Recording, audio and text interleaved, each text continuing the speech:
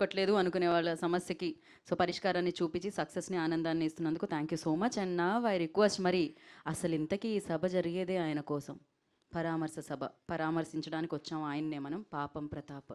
ఇవాళ ఆయన సమస్యని ఆల్రెడీ ఆయన చెవిలో చెప్పారు.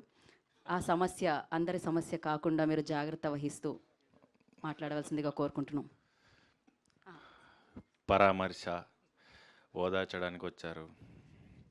పుట్టినరోజుకి పిలిచినప్పుడు ఇంతమంది రాలేదు, పెళ్ళికి పిలిచినప్పుడు ఇంతమంది రాలేదు, పరామర్శించడానికి మాత్రం చాలామంది వచ్చారు.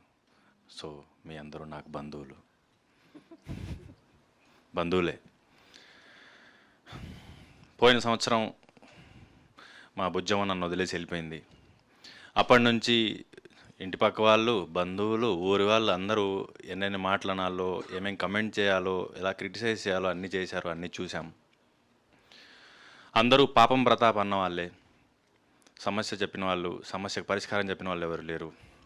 సో ఈ 17వ తారీఖు నా బుజ్జమ్మతో మీ ఊర్లోని థియేటర్స్లో మీ మధ్యలోకే బుజ్జమ్మతో వస్తాను, పాపం ప్రతాప్తో. నా సమస్య ఏంటి, దానికి పరిష్కారం ఏంటో కూడా మీ ముందుకు తీసుకురాబోతున్నాను.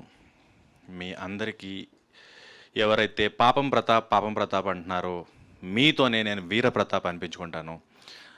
ఒక చిన్న హెల్ప్ కావాలండి, ఈ మైక్ పట్టుకోరా ఒకసారి. ఓకే, పంచ జారిపోతుంది. మైక్ పట్టండి, మైక్.